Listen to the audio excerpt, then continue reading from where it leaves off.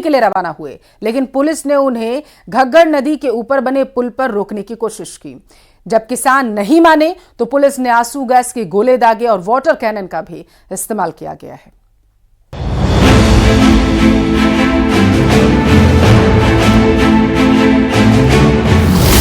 Shambhu border पर शनिवार को भी बवाल। किसान तीसरी बार भी बॉर्डर नहीं कर पाए पार। दिल्ली कूच पर अड़े किसानों पर ताकत का इस्तेमाल।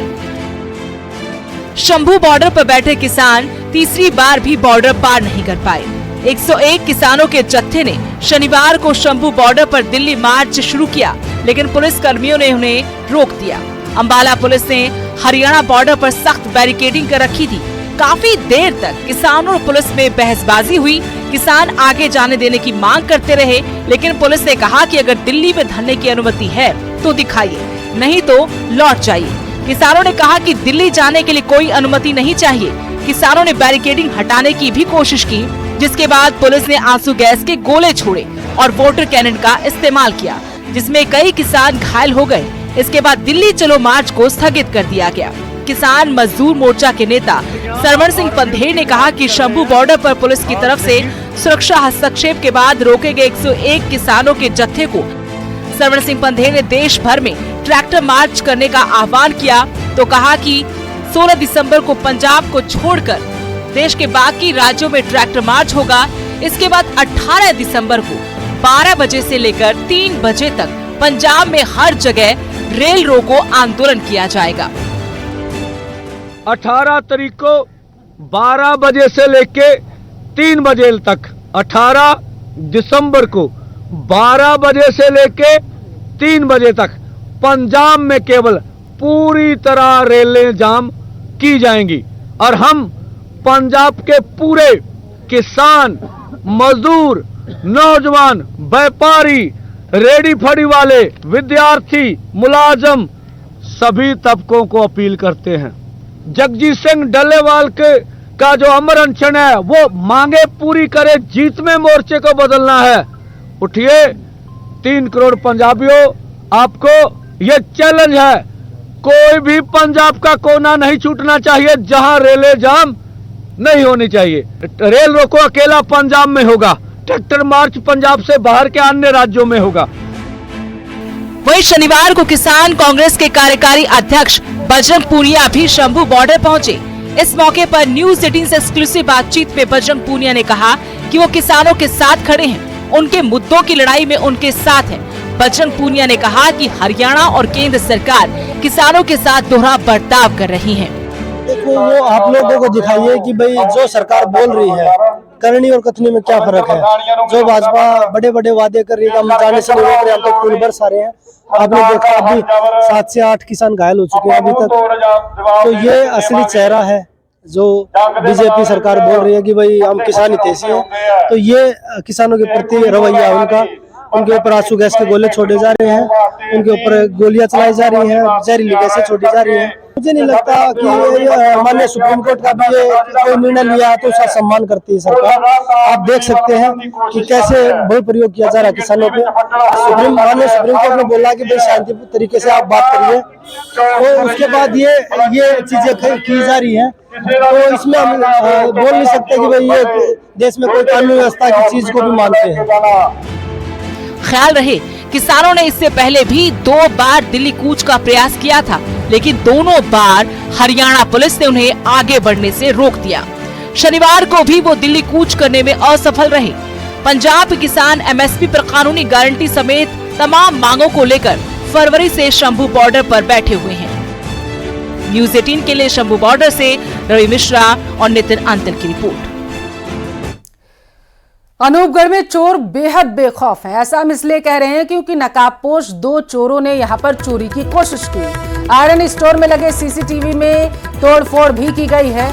बताया जा रहा है कि 365 हेड पुलिस चौकी से महज 500 मीटर की यह घटना है। 2 नकाबपोश चोर सीसीटीवी कैमरे में कैद हुए हैं। हालांकि तोड़फोड़ की गई है, ये भी जानकारी सामने निकल कर आ पा रही है। तो चोरी की नाकाम कोशिश यहाँ पर चोर करते हुए नजर आए। तस्वीरें देखिए, यही वो 2 नकाबपोश बदमाश हैं जो अनूपगढ़ में चोरी करने के लिए पहुंचे हुए थे। इनकी तलाश अब पुलिस कर रही है।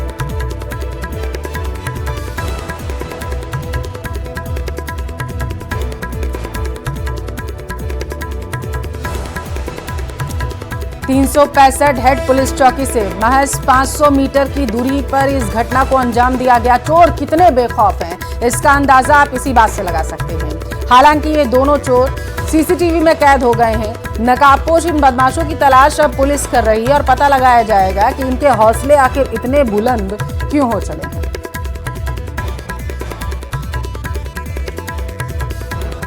इंडियन मिलिट्री एकेडमी यानी कि आईएमए में शनिवार को पासिंग आउट परेड सेरेमनी हुई है और इसी के साथ 456 कैडेट सेना में अफसर बन गए। ये मौका बेहद ही खास रहा है। देखिए रिपोर्ट।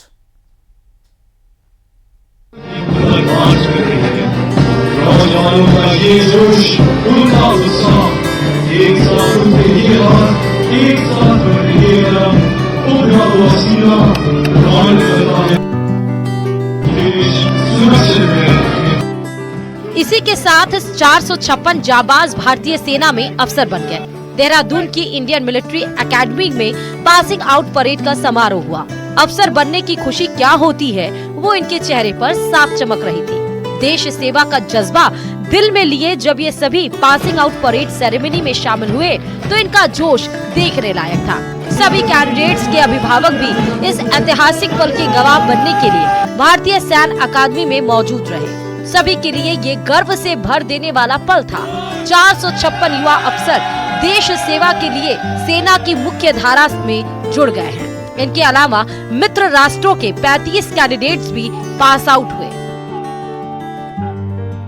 काफी प्राउड फील होता है। 4 साल से इस दिन के लिए वेट किया था, तो आज जब ये मुकाम हासिल किया तो काफी अच्छा फील हो रहा है। तो क्या फैमिली में कोई आर्मी में पहले भी है या कैसे टाइम के आर्मी में? नहीं सर, मैं पहला बंदा हूँ जो आर्मी में हूँ अफसर, और इंस्पिरेशन तो पहले से ही थी, बचपन से ही थी। यूनिफॉर्म को देख के मूवीज में, तो वहीं से मेरा मोटिवेशन था। तो मैं बचपन में डिसाइड कर लिया था कि मैं आर्मी ज्वाइन करूँगा। मुझसे ज्यादा प्राउड मुझे प्राउड मम्मी पापा के साथ में मेरे सितारे लगाते हुए लग रहा है, और इससे बड़ा मोमेंट मेरी लाइफ में अभी तक हुआ नहीं है। आई थिंक ये सबसे बड़ा अचीवमेंट है मेरी लाइफ का अभी तक का। परेड के दौरान देश के भावी अफसरों ने कदम से कदम मिलाए तो उनके देश के लिए जुनून और समर्पण का भाव भी झलक गया।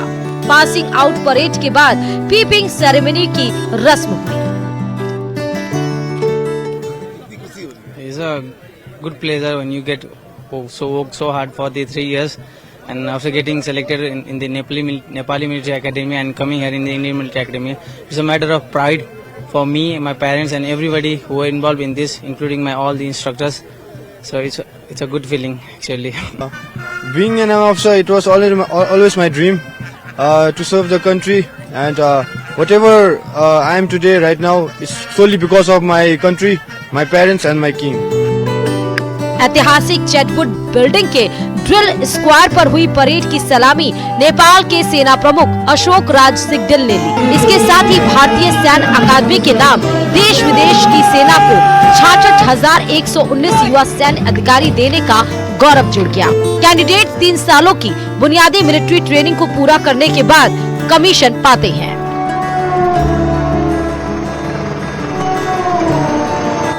आईएमए परेड न केवल युवा अधिकारियों की कठिन परिश्रम का फल है, बल्कि यह एक दृढ़ संकल्प और भारतीय सेना का भी एक प्रतीक है।